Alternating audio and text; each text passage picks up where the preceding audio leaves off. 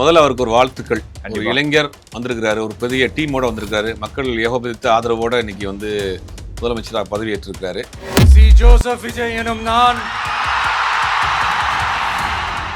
தமிழ்நாட்டில் 10 லட்சம் கோடி கடன் இருக்கு, அதை நாங்களாம் சரி பண்ணணும், எனக்கு கொஞ்சம் டைம் கொடுங்கன்றாரு. அவர் கேட்குற டைம் சரியான விஷயம் தான். 10 லட்சம் கோடிக்கு மேல கடன் வாங்கி வச்சுட்டு போயிருக்கிற அதே நேரத்தில் எனக்கு கொஞ்சம் அவகாசமும் நீங்க கொடுக்கணும்னு நான் ரிக்வெஸ்ட் பண்ணி கேட்டுக்கிறேன். போதை ஒழிப்பு, ஓகே, போதை ஒழிக்கிறதுக்கு என்னவோ அந்த சட்டத்தை நிறைவேற்றிருக்கிறாரு. போதையை ஒழிப்பதில் ரொம்ப தீவிரமா இருக்கிறாரா? அதை பத்தி என்ன நினைக்கிறீங்க? இல்லை, போதையை ஒழிக்கணுங்கிறதுல மாற்று கருத்து கிடையாது, ஒழிக்கணும் தான். ஆனால் அதுக்கு குறைஞ்சபட்சம் அந்த அவருடைய தொண்டர்களுக்கு ஒரு சின்ன ஒரு ரெக்வஸ்ட் கொடுக்கலாம், அதை தடுக்கிற வழிமுறைகளையும் சேர்த்து சொல்லியிருக்கலாம். போதைப் பொருள் கலாச்சாரம் அதை கண்ட்ரோல் பண்றதுக்கு என்னென்ன ஸ்டெப்ஸ் எடுக்கணும், என்னென்ன முயற்சிகள் எடுக்கணும், இன்னிலிருந்தே அதை நான் எடுப்பேன். சிங்க பெண்கள் பாதுகாப்பு படை அடுத்த கட்டமா பெண்கள் பாதுகாப்பை முதல் இதுல எடுத்துட்டு வரக்கூடிய ஆல்ரெடி மகளிர் காவல் நிலையம் இருக்கு, அதில் ஒரு பிரிவாக பண்ண ஆல்ரெடி மகளிர் காவல் நிலையம் இருக்கு, பெண்களுக்கான தனி பேட்ரோல் இருக்கு, காவல்னு ஒரு ஆப் இருக்கு, அதெல்லாம் இருக்கு. அதுல இன்னொரு வருஷனா அதை டெவலப் பண்றாரு. முதல்ல 200 யூனிட் மின்சார இலவசம் கொடுத்திருக்காரு. ஸோ இதை எப்படி சார் பார்க்க? இல்லை, முதல்ல இருந்தது வந்து 100 யூனிட் ஆல்ரெடி நடைமுறையில் இருக்கு. ஓகே, இவர் அதை 200 யூனிட்டாக மாற்றி இருக்கிறாரு. இப்போ 500 யூனிட்டுக்குள்ள இருக்கவங்களுக்கு 200 யூனிட் ஃப்ரீ அப்படின்னு வர்றப்ப செலக்டடான ஆட்கள் மட்டும் தான் பயன் போய் சேரும். அதுதான் சிக்கலாக இருக்கு பல பேருக்கு. வெள்ளை அறிக்கை நான் வந்து எல்லாத்தையும் தொடச்சு வலிச்சு எடுத்து வச்சிருக்காங்க. இங்க என்ன இருக்கு என்ன இல்லை அப்படின்றத உங்களுக்கு வந்து ஃபுல்லா வெள்ளை அறிக்கையா வெளியிடுறேன். இல்லை, இது எதிர்பார்த்த ஒன்று தான். ஏன்னா அவர் கொடுத்துருக்க திட்டங்களை நிறைவேற்றுறது கிட்டத்தட்ட 10 லட்சம் கோடி மேலே 12 லட்சம் கோடி தேவைப்படுது. 12 லட்சம் கோடியை நம்ம கஜானா காலியா இருக்கு, வருமானம் இல்லைங்கிறதுக்கு அவருக்கு முன்னாடி தெரியும். என்ன இருக்கு என்ன இல்லை, எது எந்த நிலைமையில இருக்கு, எது எந்த நிலைமையில இல்ல. சோ அதையெல்லாம் பார்த்துட்டு உங்களுக்கு ஒரு வெள்ளை அறிக்கையா அதை வெளியிடணும்னு நான் நினைக்கிறேன். நம்ம வந்துட்டோம், டிவிக்கு வந்துருச்சு, இனிமே ஒரு ஆட்டம் ஆடலாம் நினைச்சீங்கன்னா அதை இன்னையோட அழிச்சிருங்க, அந்த ஆட்டம் இருக்காது எதுவும் இருக்காது அப்படின்னு ஒரு கிட்டத்தட்ட ஒரு வார்னிங் மாதிரி அவங்க முதல் தடவை அவரோட தொண்டர்களுக்கு ரசிகர்களுக்கு எல்லாருக்குமே ஒரு வார்னிங் கொடுத்துருக்காரு விஜய் அவர்கள். அதை நான் வரவேற்கிறேன், பாராட்டுறேன். ஏன்னா அந்த கண்டிப்புன்றது ஒன்று தேவைப்படுதா இந்த நேரத்தில்? இல்லை, கண்டிப்பா. ஏன்னா அவங்க வந்து எல்லாருமே இளைஞர்களாக இருக்காங்க, ரொம்ப ஆக்ரோஷமா இருக்கிறாங்க, ஆக்டிவா இருக்கிறாங்க, சோசியல் மீடியா ஆக்டிவா இருக்கிறாங்க.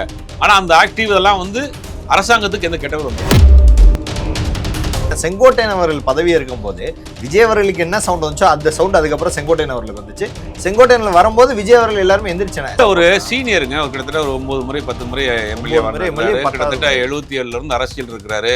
பலரும் வந்து அன்னைக்கு அந்த காலகட்டங்களில் பிறந்துக்க கூட மாட்டாங்க. அப்படிங்கும் போது சீனியர் அப்படிங்கிற போது அவருக்கான மரியாதையை கொடுக்குறாங்க. விஜய் வந்து ஒரு மதசார்பற்ற ஒரு அரசியலை செய்யணும் அப்படின்னு நினைக்கிறாரு, அதில் உறுதியா இருக்கணும். ஓகே, ஏன்னா அதில் வந்து மாற்றம் வந்துடக்கூடாது, நிறைய அழுத்தங்கள் வரும். இனிமேல் தான் அவருக்கு மிகப்பெரிய சேலஞ்ச் இருக்கு. ஏஐ பற்றிய பயம் இனி வேண்டாம். சிக்கலான டெக்னாலஜியை சாமானிய தமிழனுக்கும் புரிய வைக்கிறது உன் ஏஐ அறிந்தால் புத்தகம். விவசாயம் முதல் வியாபாரம் வரை ஏஐயை உங்கள் முன்னேற்றத்திற்கான ஏணியாக மாற்ற இன்றைய வாசியுங்கள் உன் ஏஐ அறிந்தால். பிரைம் 9 தமிழ் நேயர்கள் அனைவருக்கும் வணக்கம். இன்றைய நமது நேர்காணல் நம்முடைய இணைந்திருப்போர் பத்திரிகையாளர் ஜுபேர் அவர்கள். சார் வணக்கம். சார் வணக்கம். தமிழக அரசியல் புது ஒரு அத்தியாயம் தொடங்கியிருக்கு. வணக்கத்தோட ரொம்ப மகிழ்ச்சியா நீங்க ஆரம்பிக்கிறீங்க. அங்கே வணக்கத்தோட ஒருத்தர் சி ஜோசப் விஜய் எனும் நான் முதலமைச்சராக பொறுப்பேற்கிறேன்னு சொல்லிட்டாரு. எப்படி இருக்கு தமிழக அரசியல் களம்? எந்த மாதிரி ஒரு மாற்றத்தை விஜய் எடுத்திருக்கிறாரு? அவர் நகர்வுகள் எப்படி பாக்குறீங்க சார்? இல்லை, முதல்ல அவருக்கு ஒரு வாழ்த்துக்கள். ஒரு இளைஞர் வந்திருக்கிறாரு, ஒரு பெரிய டீமோட வந்திருக்காரு, மக்கள் ஏகோபித்த ஆதரவோட இன்னைக்கு வந்து முதலமைச்சராக பதவி ஏற்றிருக்கிறாரு. ஒரு புதிய மாற்றம் என்னும் மக்கள் வாக்களிச்சிருக்கிறாங்க. மக்களுடைய தீர்ப்பை ஏற்றுக்கொள்ளணும். அவருக்கு நம்மளுடைய வாழ்த்துக்களை சொல்லுவோம். இன்னைக்கு பதவி ஏற்றிருக்கிறார். பதவி ஏற்கிறப்ப பார்க்குறப்பே அந்த ஒன்றும் அந்த சினிமாட்டிக்காகவே இருக்கிறார். அதை கொஞ்சம் மாற்றி அரசியல்வாதியாக மாறி அவருக்கு நிறைய பொறுப்பு வந்திருக்கு, கடமை வந்திருக்கு. அவரே பேசுகிறாரு, தமிழ்நாட்டில் 10 லட்சம் கோடி கடன் இருக்குது, அதை நாங்களாம் சரி பண்ணணும், எனக்கு கொஞ்சம் டைம் கொடுங்கன்றாரு. அவர் கேட்குற டைம் சரியான விஷயம்தான். ஒரு 6 மாதமோ 1 வருஷமோ அவருடைய டயத்தை எடுத்துக்கிட்டு அதுக்கு பிறகு இந்த அரசாங்கத்தை அவர் எப்படி ரன் பண்ணி கொண்டு போகிறார் அப்படின்னு பார்க்கலாம். ஆனால் முதல் நாள் நடந்த ஒரு விஷயம் நமக்கு எல்லாருக்கும் பெரிய அதிர்ச்சியும் வருத்தத்தையும் கொடுத்துருச்சு. எப்பயுமே தமிழ்நாடு அரசு விழாவில் முதல்ல வந்து தமிழ் தாய் வாழ்த்து போடுவாங்க, அப்புறம் இறுதியில் முடிகிறப்ப தேசிய கீதம் பாடுவாங்க. இதுதான் வந்து மரபு வழக்கம். ஆனால் இந்த முறை பார்த்தா எடுத்தோடனே ஜனங்க இது வந்தே மாதரம் பாடிட்டு அப்புறம் தேசிய கீதம் பாடிட்டு அதுக்கு பிறகு 3ஆவது இடத்துக்கு தமிழ் தாய் வாழ்த்து போயிடுச்சு. தெரியாமல் நடந்ததா இல்லை திட்டமிட்ட இதுதான் இனிமேல் ஆடுறா அப்படிங்கிறது நமக்கு தெரியல. உண்மையிலே அது தமிழ் தாய் வாழ்த்தை 3ஆம் இடத்துக்கு தள்ளியது உண்மையிலே வருந்தத்தக்க விஷயம், கண்டித்தக்க விஷயம். அது தெரிஞ்சோ தெரியாமல செஞ்சா இனி அது வரக்கூடிய காலங்களில் அது அவங்க மாத்திக்கிற வேண்டிய இருக்கும். ஏன்னா தமிழ்நாட்டுக்கான ஒரு பாடல் அது. 1971 அரசாணை பிறப்பிப்புக்கு அப்புறம் கலைஞர் தான் அதை பிறப்பிச்சார். அதுக்கப்புறம் எல்லா கவர்மெண்ட் நிகழ்ச்சிகளிலுமே அதான் நடக்கும். வந்துட்டு அரசு நிகழ்ச்சிகள்ல அது அதிமுக திமுக எந்த ஆட்சி வந்தாலும் சரி, அரசு நிகழ்ச்சிகள் முதல் தமிழ் தாய் வாழ்த்து பாடல். கண்டிப்பா பல ஸ்கூல்லையும் நம்ம பார்த்திருக்கோம். முதல்ல ஆரம்பிச்சு தான் முடிவாங்க, முடிவில் வந்து தேசிய கீதம் பாடி முடிப்பாங்க. இது ஒரு மரபாக இருக்குது. அதை இங்கே மாற்றிருக்கிறாங்க. அது தெரிஞ்சு நடந்ததா தெரியாமல் நடந்ததாங்கிறது தெரியல. ஒரு 9 பேர் கொண்ட அமைச்சரவை இன்னைக்கு பதவி ஏற்றுக்கிறாங்க. வரட்டும். ஏன்னா தமிழ்நாட்டு அரசியலில் கிட்டத்தட்ட ஒரு 50 ஆண்டுகளுக்கு பிறகு ஒரு மாற்றம் வந்திருக்கு. ஒரு தலைமுறை அரசியலை திருப்பி போட்டுக்கிறாங்க. 2 திராவிட கட்சிகளையும் வந்து கொஞ்சம் இருங்க, நாங்கள் ஒருத்தருக்கு வாய்ப்பு கொடுத்துருக்கோம், என்ன தான் செய்ய போகிறார் பார்க்கலான்னு கொடுத்துருக்குறாங்க. நம்மளும் வெயிட் பண்ணுவோம் என்ன பண்ண போகிறான்னு. அதே நேரத்தில் என்னடா நீ வந்து இவ்வளோ நாள் கடுமையாக விஜய் விமர்சனம் பண்ண, இப்போ வந்து ஜால்ரா அடிக்கிறியா, நீ வந்து ஒன்று நாக்கு எலும்புலாத நாக்குன்னு காமிச்சிட்டியா அப்படின்ட்டு நிறைய பேர் பேசிட்டு இருக்காங்க, கமெண்ட் போட்டுட்டு இருக்காங்க. நம்ம என்ன சொல்றோம்னா, ஒரு புதுசா ஒருத்தர் வந்திருக்காரு, விமர்சனம் வைக்க முடியும். நம்ம கடுமையா எதிர்த்தோம், இப்பயும் எதிர்க்கிறோம், கொள்கை ரீதியாக எதிர்க்கிறோம். விஜயினுடைய அரசியல் இப்பயும் எதிர்க்கிறோம், அது மாற்றுக்கிறது கிடையாது. எந்த ஒரு சித்தாந்தமும் எந்த ஒரு திட்டமும் எந்த ஒரு கொள்கையும் இல்லாம அவருடைய ஃபேண்டசியை மட்டும் நம்பி மக்கள் வாக்களிச்சிருக்கிறாங்க.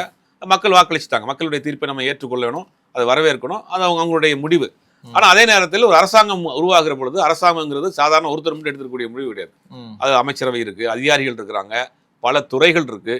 இதுக்கு முன்னாடி உள்ள அரசாங்கம், அதுக்கு முன்னாடி உள்ள அரசாங்கம் செய்த விஷயங்கள், இது எப்படி கண்டினியூ பண்றது, இது முதல்ல புதுசா வர்றாரு.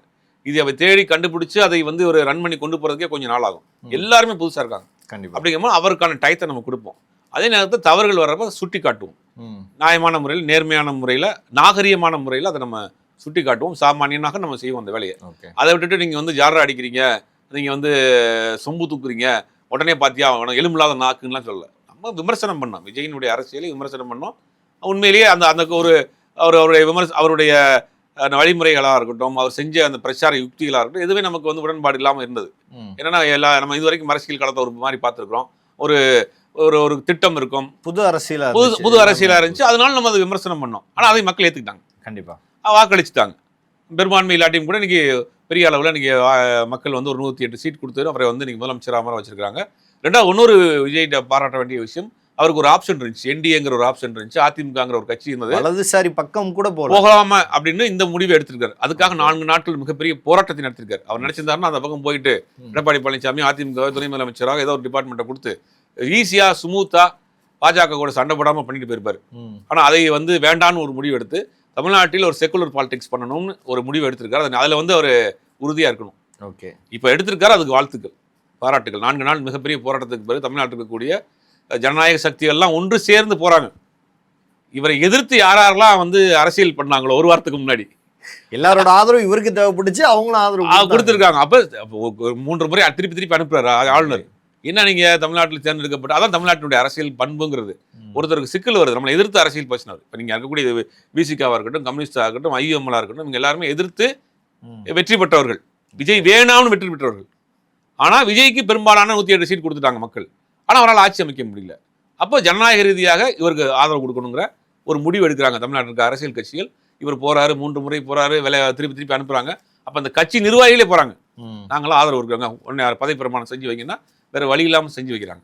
அப்ப விஜய் வந்து ஒரு மதசார்பற்ற ஒரு அரசியலை செய்யணும் அப்படின்னு நினைக்கிறாரு. அதில் உறுதியா இருக்கணும். ஏன்னா அதுல வந்து மாற்றம் வந்துடக்கூடாது, நிறைய அழுத்தங்கள் வரும். இனிமேல் தான் அவருக்கு மிகப்பெரிய சேலஞ்ச் இருக்கு. ஏன்னா பாத்தீங்கன்னா அவர் கண்ணு முன்னாடி பாத்தீங்கன்னா நிறைய திட்டங்களை சொல்லிட்டு போயிருக்காரு. ஒன்றிய அரசு கொண்டு வரக்கூடிய திட்டங்களா இருக்கட்டும், அதுதான் மிக முக்கியமான விஷயம். பிஎம்சிரியா இருக்கட்டும், அப்ப இருமொழி கொள்கையா இருக்கட்டும், தேசிய கல்விக் கொள்கையா இருக்கட்டும், பல விஷயங்கள் இருக்கு. அதுல குறைந்தபட்சம் அனுபவம் வாய்ந்த உங்களுக்கு நம்பக்கூடிய கட்சிகள் இருக்குங்களா, கூட்டணியில் இருக்கக்கூடிய அந்த சீனியர் ஆள்கிட்ட கொஞ்சம் கன்சல்ட் பண்ணி இந்த கவர்மெண்ட்டை சுமூத்தாக கொண்டு போங்க. உங்களை நம்பி வாக்களித்தவர்களுடைய இதை வந்து நீங்கள் நிறைவேற்றுங்க. ஏன்னா ஒரு புதுசாக ஒரு தந்திருக்காரு, மாற்றம் வேணும்னு நினச்சி வாக்களிச்சிருக்கிறாங்க. நம்ம கல்வி, அடுத்த தலைமுறைக்கான கல்வி, பொருளாதாரம், நம்மளுடைய பண்பாடு, கலாச்சாரம் நிறையா இருக்குது. இதெல்லாம் நீங்கள் புதுசாக வந்திருந்தாலும் கூட குறைந்தபட்சம் நீங்கள் சீனியராக இருக்கக்கூடிய, உங்களுக்கு நம்பகத்தன்மையாக இருக்கக்கூடிய அரசியல்வாதி கேளுங்க. உங்களுக்கு கூட இருக்கக்கூடிய கம்யூனிஸ்டுகள்கிட்டையோ காங்கிரஸ்கிட்டையோ இல்லை விசிகாவை போன்ற அண்ணன் திருமாவளவன் போன்றவர்கிட்ட கேளுங்க. முக்கியமான சில முடிவுகள் எடுக்கிறப்ப நீங்கள் கேட்குறது தப்பு கிடையாது. அண்ணன் அந்த மாதிரி நடக்குது, என்ன பண்ணலாம், அவரெல்லாம் எந்த ஒளிவு முறையும் இல்லாமல் பேசக்கூடிய ஒரு நபர் தான். அந்த மாதிரியான ஆட்கள்கிட்ட நீங்கள் வந்து டிஸ்கஸ் பண்ணிவிட்டு ஒரு முக்கிய முடிவுகள் எடுக்கிறப்ப அவங்களோட அரவணைச்சு போங்க. நீங்க சரியா பண்ணீங்கன்னா உங்களுக்கான எதிர்காலம் இருக்கு. ஏன்னா அரசியல் களம் மாறி இருக்கு. ஓகே. ஏன்னா புதிய ஆட்கள் வந்திருக்கிறாங்க. நான் 18 இருந்து 40 வயசுக்குள்ள இருக்க புதிய ஆட்கள் வந்திருக்காங்க. அவங்க புதிய அரசியல் வேணும்னு நினைக்கிறாங்க. அந்த புதிய அரசியலில் இவரை வந்து தேர்ந்தெடுத்திருக்காங்க. ஓகே. என்னென்னமோ பண்ணுவார், அதெல்லாம் ஒரு பக்கம் இருக்கட்டும். முதல்ல மேடை ஏறினோன்னு நம்ம வந்துட்டோம், டிவிக்கே வந்துருச்சு, இனிமேல் ஒரு ஆட்டம் ஆடலாம் நினச்சிங்கன்னா அதை இன்னையோட அழிச்சிருங்க, அந்த ஆட்டம் இருக்காது எதுவும் இருக்காது அப்படின்னு ஒரு கிட்டத்தட்ட ஒரு வார்னிங் மாதிரி அவங்க முதல் தடவை அவரோட தொண்டர்களுக்கு, ரசிகர்களுக்கு எல்லாருக்குமே ஒரு வார்னிங் கொடுத்துருக்காரு விஜய் அவர்கள். அதை நான் வரவேற்கிறேன், பாராட்டுறேன், நன்றி சொல்கிறேன். ஏன்னா நேற்று ஒரு முக்கியமான தொலைக்காட்சியில் நேரடியில் பேசினேன். நான் அவருக்கு வாழ்த்து சொல்லிட்டு அப்புறம் சொன்னேன், இந்த மாதிரி தமிழ்நாட்டின் முதலமைச்சராக பதவியேற்கப்பட விஜய் அவர்களுக்கு ஒரு சின்ன ரெக்வெஸ்ட்டு, தயவுசெய்து உங்களுடைய தொண்டர்களுக்கு நீங்கள் வந்து ஒரு அட்வைஸ் கொடுங்க. ஏன்னா வந்து அவங்க இது வரைக்கும் ரசிகர்களாக இருந்தாங்க, உங்களுடைய ஃபாலோவர்ஸாக இருந்தாங்க. இப்போ வந்து ஒரு அரசாங்கத்தினுடைய ரெப்ரஸன்டேட்டிவ் அவங்க இருக்கிறாங்க. நேரடி ரெப்ரஸன்டேட்டிவ் இல்லாட்டியும் கூட அந்த கட்சி எந்த தவறு செஞ்சாலும் உங்களுக்கு தான் வந்து இது குற்றச்சாட்டு வரும். இப்போ ஒரு கட்சி நிர்வாகி தான் அந்த மாதிரி என்ன ஒரு டிஷர்ட்டை போட்டுக்கிட்டோ தலையில் தொப்பியை போட்டு ரோட்டில் பைக்கில் வீலிங் பண்ணுறதா இருக்கட்டும், ஒரு கத்தியை வச்சுட்டு கேட்க வெட்டுறதா இருக்கட்டும், எது நடந்தாலுமே அது இந்த அரசாங்கத்தை பாதிக்கும். ஏன்னா அரசாங்கம் ஆரம்பிச்சிருச்சு. இனி வந்து உங்களுக்கு மிகப்பெரிய பொறுப்பும் கடமையும் இருக்குது, அதை நீங்கள் சொல்லணும். அதே மாதிரி தாவேக்கா நண்பர் நண்பிகளுக்கு நான் சொல்கிற விஷயம், நீ வந்து நம்ம ரொம்ப கவனமாக இருக்க வேண்டிய காலகட்டத்தில் இருக்கீங்கன்னா நேரடியில் பேசினேன். அதை வந்து அவர் கேட்டுருச்சா என்னன்னு தெரியல. அது இன்னைக்கு முதல் மேடையிலே பேசியிருக்கிறாரு. அது உண்மையிலே அது வரவேற்கத்தக்க விஷயம் தான். ஓகே. ஏன்னா அந்த கண்டிப்புன்றது ஒன்று தேவைப்படுதா இந்த நேரத்தில்? இல்லை, கண்டிப்பாக. ஏன்னா அவங்க வந்து எல்லாருமே இளைஞர்களாக இருக்காங்க, ரொம்ப ஆக்ரோஷமாக இருக்கிறாங்க, ஆக்டிவாக இருக்கிறாங்க, சோஷியல் மீடியா ஆக்டிவாக இருக்கிறாங்க. ஆனால் அந்த ஆக்டிவ் இதெல்லாம் வந்து அரசாங்கத்துக்கு எந்த கெட்டவர் வந்துருக்கூடாது. இதுவரை இருந்தது வேற, இனிமேல் உங்களுக்கு ரொம்ப பொறுப்பு வந்துருக்கு. நம்ம தாவேக்கா நண்பா நண்பிகளுக்கு நம்ம சொல்கிறதெல்லாம், இனி நீங்கள் தனியால் கிடையாது, உங்களுக்கு பின்னாடி ஒரு அரசாங்கம் இருக்குது. நீங்கள் செய்கிற ஒவ்வொரு தப்பும் இந்த அரசாங்கத்தை நோக்கி போகும். நீங்கள் பொது இடங்கள் நல்லது செய்யுங்க. தாவேக்கா டிஷர்ட்டை போட்டுட்டு மக்களுக்கு நல்லது செய்யுங்க, உதவி பண்ணுங்க. அதை விட்டுட்டு நீங்கள் வந்து கொண்டாட்ட மனநிலையில் ஆட்சிக்கு வந்துட்டோம் அப்படின்னு அதாவது நீங்கள் அந்த மாதிரி நடத்தா இந்த ஆட்சிக்கு தான் கெட்ட பேர். நீங்கள் தேர்ந்தெடுத்து கொண்டாடினா உங்கள் தலைவருக்கு தான் கெட்ட பேர். அதை நீங்கள் தவிர்த்துங்க. ஏன்னா நீங்கள் வந்து அது கொண்டாட்டங்கிறது அடுத்தவர்களுடைய முகம் சொல்லிக்கக்கூடிய அளவுலையோ அடுத்தவங்களை காயப்படுத்தக்கூடிய அளவில் போயிடக்கூடாது. செங்கோட்டையன் அவர்கள் கரெக்டாக ஒரு தடவை சொன்னாங்க, விசில வந்து தூங்கிட்டு இருக்கவங்களையோ பெரியவங்களையோ போய் ஊதுவானு சொன்னாங்க. ஏன்னா செங்கோட்டையன் அவர்கள் பதவி இருக்கும் போது விஜய் அவர்களுக்கு என்ன சவுண்ட் வந்துச்சோ அந்த சவுண்ட் அதுக்கப்புறம் செங்கோட்டையன் அவர்களுக்கு வந்துச்சு. செங்கோட்டையனில் வரும்போது விஜய் அவர்கள் எல்லாருமே எந்திரிச்சாங்க. செங்கோட்டையனா கிட்டத்தட்ட அங்கே இருக்கு தாவேக்காவினர் ஒரு மரியாதை இல்லை, ஒரு சீனியருங்க. ஒரு கிட்டத்தட்ட ஒரு 9 முறை 10 முறை எம்எல்ஏ, கிட்டத்தட்ட 77 அரசியல் இருக்கிறாரு.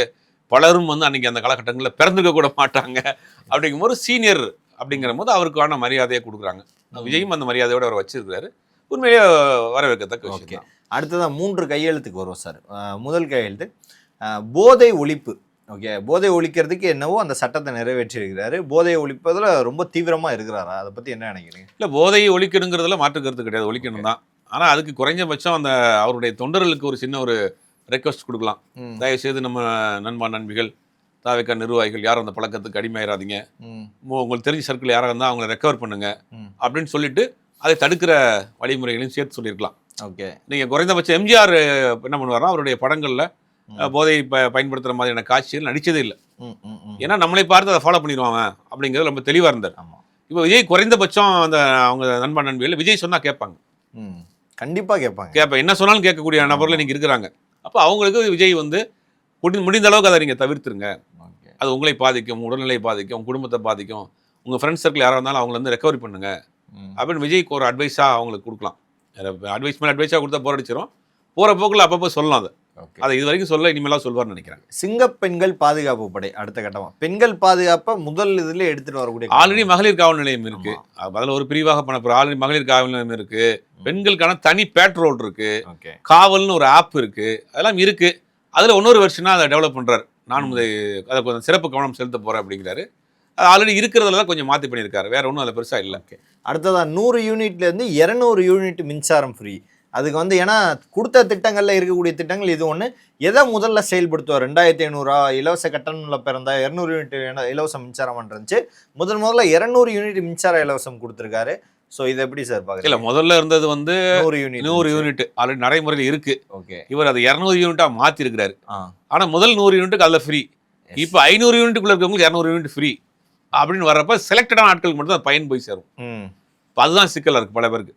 இப்போ ஒருத்தர் 1000 யூனிட் யூஸ் பண்ணுறாருன்னா முதல் 100 யூனிட்டை லெஸ் பண்ணிட்டு 900 யூனிட் பணம் கட்டினா போதும். இப்போ 200 யூனிட்னா 600 யூனிட் யூஸ் பண்ணியிருந்தாருன்னா அவருக்கு அந்த இது சப்சிடி வராது. ஓகே, அதில் ஒரு சிக்கல் இருக்குது. புரியுது. அது வெயில் காலமாக இருக்குது, ஒருத்தர் ஏசி வாங்கி போட்டார், அவர் 600 யூனிட் பண்ணிட்டாருன்னா அவருக்கு அந்த 200 யூனிட் சப்சிடி வராது. வரக்கூடிய நாட்கள்ல அது அது அவங்களுக்கு அது வந்து பெரிய இதாக வரும்னு நினைக்கிறேன். அப்போ ஏன் அதை பண்ணாருன்னு தெரியல. ஓகே. வரக்கூடிய காலத்தை அதையும் மாற்றுவாரான்னு தெரியல. ஓகே. அடுத்த கட்டம் அந்த கையெழுத்து முடிஞ்சதுக்கப்புறம் வெள்ளை அறிக்கை நான் வந்து எல்லாத்தையும் தொடச்சு வலிச்சு எடுத்து வச்சிருக்காங்க, இங்கே என்ன இருக்கு என்ன இல்லை அப்படின்றத உங்களுக்கு வந்து ஃபுல்லாக வெள்ளை அறிக்கையாக வெளியிடுறேன், எந்தெந்த துறையில் என்னென்ன பிரச்சனை, என்னடா கொஞ்சம் ஜர்கு வாங்குறேன்னு நினைக்காதீங்க, பட் ஆனால் நான் உங்களுக்கு வெள்ளை அறிக்கை கொடுத்துட்றேன் அப்படின்னு சொல்கிறாரு. இல்லை, இது எதிர்பார்த்த ஒன்று தான். ஏன்னா அவர் கொடுத்துருக்க திட்டங்களை நிறைவேற்றுறதுக்கு கிட்டத்தட்ட 10 லட்சம் கோடி மேலே 12 லட்சம் கோடி தேவைப்படுது. 12 லட்சம் கோடியை நம்ம கஜானா காலியாக இருக்குது, வருமானம் இல்லைங்கிறதுக்கு அவருக்கு முன்னாடி தெரியும். அரசு ஒரு தமிழ்நாட்டு அரசினுடைய மொத்த வருவாய் எவ்வளவு, அதில் எவ்வளவு செலவு, எவ்வளோ டெபிசிட்டி, இதில் எவ்வளோ கடன் இருக்குங்கிறது குறிப்பாக நம்மளை போன்ற ஆட்களுக்கு தெரியும், ஒரு முதலமைச்சர் வரப்போறேன்னு சொல்கிறவருக்கு தெரியும். அதை நோக்கித்தான் அந்த திட்டங்களை போட்டிருக்கணும். ஓகே. அப்போ தேர்தல் நேரங்களில் ஒரு பரபரப்புக்காக ஒரு ஃபேண்டசிக்காக சில திட்டங்கள் சொல்லிட்டாரு. தமிழ்நாடு முழுவதும் பெண்களுக்கான இலவச பேருந்து 2500 ரூபா தர்றேன், 6 அன்னபூர்ணை சூப்பர் 3000 அது அவரும் சொல்லிட்டாரு. அப்போ இதெல்லாம் நிறைவேற்றுவதற்கு ஒரு மாநில அரசினுடைய 12 லட்சம் கோடி எப்படி வருமானம் வரும் அப்படின்னு தெரியாது அவருக்கு, தெரியும் அவருக்கு. அப்போ ஒரு ஒரு கவர்ச்சிகரமான திட்டமாக இருக்கணுங்கிறக்காக சொல்கிறாரு. இப்போ உடனே நிறைவேற்ற முடியாது. அப்போ அதுக்கு என்ன சொல்கிறாரு, இல்லை கஜானா காலி ஆயிடுச்சு. எல்லா அரசாங்கமும் மாறி வர்றப்பையும் ஒரு கடன் இருக்கும். அப்போ அந்த கடன் வைத்து அது கடனில் வரக்கூடிய இன்கம் என்ன இருக்குது, அந்த கடனை வாங்கி என்ன இன்வெஸ்ட் பண்ணியிருக்காங்க. இப்போ 5 லட்சம் கோடி கடன் இருக்குன்னு வச்சுங்க உதாரணத்துக்கு. அந்த 5 லட்சம் கோடி கடனை எதில் இன்வெஸ்ட் பண்ணியிருக்காங்க? நம்ம நாலேஜுக்கு சிம்பிளாக சொல்கிறா இருந்தால் நம்ம கடன் வாங்கி ஒரு வீடு வாங்கியிருக்கோம். ஆமாம், ஒரு முதலீடு. நமக்கு வெளியிருந்து பார்க்குறப்ப என்ன தெரியும் உங்களுக்கு, இப்போ நீங்கள் ஒரு கடன் வாங்கிங்க, 1 கோடி ரூபா கடன், ரெக்ஸுக்கு 1 கோடி ரூபா கடன். அந்த கடனை வாங்கி நீங்கள் வீடு வாங்கியிருக்கீங்க. 5 வருஷத்துக்கு முன்னாடி வாங்கின வீடு இன்னைக்கு எத்தனை கோடி போகும்? 2 கோடி. 2 கோடி போகும். அப்போ அது இம்ப்ரூவ்மெண்ட். அது மாதிரி அரசாங்கம் கடன் வாங்கி எதில் இன்வெஸ்ட் பண்ணியிருக்கு, அது டெவலப் ஆயிருக்கு. 5 வருஷத்தில் பொருளாதார வளர்ச்சி அடைஞ்சிருக்கு. அப்போ பொருளாதார வளர்ச்சினா வாங்கின கடன் இன்வெஸ்ட் பண்ணியிருக்காங்க, இன்வெஸ்ட் பண்ண இதுலேருந்து வருமானத்தை எடுத்து வளர்ச்சி அடைஞ்சிருக்கு. ஓகே. இதெல்லாம் பார்க்கணும். அப்போ என்னன்னா எடுத்தோடனே வந்து அதை உடனே செயல்படுத்த முடியாது. இந்த 12 லட்சம் கோடிங்கிற செயல்படுத்த முடியாதுங்கிறதுனால கஜானா காலியாக இருக்குது அப்படின்ற மாதிரியான ஒரு விஷயத்தை சமாளிக்கிறாரு. அது வந்து போக போக தெரியாது. ஓகே. ஏன்னா திமுக அதிமுக மாறி மாறி வந்து அந்த திட்டங்களும் தொடர்ந்து இருக்கு. இவங்க விட்டதை அவங்க ஆரம்பிப்பாங்க, இவங்க விட்டதை இவங்க ஆரம்பிப்பாங்க. ஒரு சில நேரத்தில் ஒரு சில திட்டங்களுக்கு முட்டுக்கட்டை போடுவாங்க. இப்போ திமுக விட்டுட்டு போன திட்டங்களை தாவேக்கா தொடருமா, தொடரலைன்னா என்ன ஆபத்துக்கள் வரும்? இல்லை, பெரிய ஆபத்து என்னன்னா இந்த 1000 ரூபா ஸ்கீம்ங்கிறது ஒரு கிட்டத்தட்ட 1,20,00,000 பேருக்கு மாதம் 1000 ரூபா கொடுக்குறாங்க. அது ரொம்ப விளிம்பு நிலையில் இருக்கக்கூடிய மக்களுக்கு மிகப்பெரிய உதவியாக இருக்கு. அதான் இன்னைக்கு தேதிக்கு போயிருக்கணும், 10ஆம் தேதி போயிருக்கணும். அவங்க வந்து 2 வருஷமா வாங்கி பழகிட்டாங்க. அதை வைத்து அவங்க வந்து பல வேலைகளை செஞ்சுக்கிட்டு இருக்காங்க. மருந்து வாங்குறதுக்காக இருக்கட்டும், முக்கியமான தேவைகளை நிறைவேற்றிக்கிட்டு இருக்காங்க. இப்போ இந்த மாதம் பணம் வரலன்னு அவங்க ரொம்ப இதாக இருக்காரு. முன்னாள் முதலமைச்சர் ஸ்டாலின் கூட சொல்லியிருந்தார், குறைந்தபட்சம் இந்த 1000 ரூபாய் கொடுக்க ஆரம்பிங்க, அது ரொம்ப ஒரு ஸ்ட்ரகிளாக போயிடும் அப்படின்னு. அதை பற்றி ஒரு ஒன்றும் பேசவே இல்லை. விஜய் 2500 ரூபா தரேன்னு சொன்னவர், குறைந்தபட்சம் ஒரு 6 மாதத்துக்கு நாங்கள் 1000 ரூபா தர்றேன், அதுக்கு பிறகு மாற்றுவேன் அப்படின்ற மாதிரி சொல்லுவாருன்னு பார்த்தா அதுவும் அந்த கையெழுத்தும் இல்லை. அது பெண்கள் மத்தியில், குறிப்பாக விளிம்புநிலையில் இருக்கக்கூடிய பெண்கள் மத்தியில் ஒரு பெரிய தாக்கத்தை ஏற்படுத்தும் அதுக்கு. ஏன்னா ஒரு ஆட்சி முடிஞ்சு அந்த ஆட்சி கொண்டு வந்த அந்த திட்டங்கள் அப்படியே தொடருமா, இல்லை புது முதலமைச்சர் வந்ததுக்கப்புறம் அந்த திட்டங்களுக்கு பர்மிஷன் வாங்க? இல்லை, அதிமுக காலங்களில் சில திட்டங்களை தொடர்ந்தாங்க. அம்மா உணவகத்தை எடுத்துக்கலாம். ஆமாம், அம்மா உணவகத்தை முதல்ல அதிமுக ஆட்சி காலத்தில் கொண்டு வந்தது. அதுக்கப்புறம் திமுக ஆட்சி காலத்திலும் தொடர்ந்துச்சு. சத்துணவு திட்டத்தை பொறுத்த வரைக்கும் 2 பேருமே இம்ப்ரூவ்மெண்ட் பண்ணுவாங்க. நான் வந்து முட்டை கொடுக்குறேன், இவங்க புது வெரைட்டி கொடுக்குறேன். அப்போ நான் மக்கள் நல திட்டங்களை 2 ஆட்சியுமே வந்து என்ன பண்றாங்கன்னா, அது பயனுள்ள விஷயமாக இருந்ததுன்னா அதை கண்டினியூ பண்ணாங்க. அதை விஜய் செய்யணும். இந்த 1000 ரூபாங்கிறது ஒரு விளிம்பு நிலையில் இருக்கக்கூடிய கிராமங்களில் இருக்கக்கூடிய வயதானவர்களுக்கு அதான் ஒரு பிடிமானமாக இருக்குது. அதை விஜய் கண்டிப்பாக செய்யணும். அந்த ஓட்டும் அவருக்கு அடுத்து வரணும் அப்படிங்கிறதுனால அதை அந்த ஸ்கீமில் கை வைக்காமல் இருக்கணும். அது ரொம்ப முக்கியமான ஸ்கீம் அது. ஓகே. ஒரு 6 வயசு 7 வயசில் ஆரம்பித்து 20-25 வயசு இருக்கிற எல்லாருக்குமே இந்த ஆட்சி பிடிச்சிருக்கு. விஜய் வந்து வரவேற்கிறாங்க. பெருமளவில் அதை எதிர்பார்த்த வெற்றியை கொண்டாடி தீர்க்கிறாங்க. 25 வயசுக்கு அப்புறம் இருந்து உங்கள் வயசு வரைக்கும் இருக்கிறவங்களாம் எப்படி பார்க்குறீங்க? என்ன இல்லை, அது வந்து பார்த்தீங்கன்னா 1,70,00,000 பேர் வந்து அவருக்கு ஆதரவாக போட்டிருக்கிறாங்க. மிச்சம் உள்ள 3.25 கோடி பேர் வந்து எதிராக வாக்களிச்சிருக்கிறாங்க. அப்போ அவரை கொண்டாடிய அவர் ரசிகர்கள், இளைஞர்கள், பெண்கள் அவங்க வந்து இந்த முறை வந்து ஒரு 40 வயசுக்குள்ள, 18லேருந்து 40 வயசுக்குள்ள இருக்கிறவங்களுக்கு ஒரு புதிய ஆட்சி வேணும், ஒரு புதிய மாற்றம் வேணும்னு நினைக்கிறாங்க. அதுக்காக போட்டுருக்காங்க. ஓகே. அதுக்கு முன்னாடி இருந்தவங்களும் இந்த ஆட்சி பழைய ஆட்சி அதிமுக ஆட்சி கரெக்டாக தானே போயிட்டு இருந்துச்சு. பார்த்தீங்கன்னா வந்து எல்லா மாநிலத்திலையும் விட தமிழ்நாடு எல்லா வகையிலும் சிறப்பான மாநிலமாக தானே இருக்குது. இவர் புதுசாக ஒருத்தர் வர்றாரு, அவர் அனுபவம் இல்லாமல் வர்றாரு, திரைப்படத்துலேருந்து வர்றாரு, இவர் என்ன செஞ்சிட போறாருங்கிற ஒரு அவநம்பிக்கை எல்லாருக்கும் இருந்துச்சு. அதெல்லாம் உடச்சி அவர் இன்னைக்கு முதலமைச்சர் ஆயிருக்காரு. வெயிட் பண்ணுவோம். அவர் என்ன பண்ண போறாருங்கிறத வெயிட் பண்ணிட்டு அப்புறம் நம்ம வந்து வரவேற்கலாமா விமர்சனம் பண்ணலாமா அப்படிங்கிறது பார்ப்போம். பல்வேறு அரசியல் கேள்விகளுக்கு பலத்தமைக்காக மிக்க நன்றி சார். நன்றி, வணக்கம்.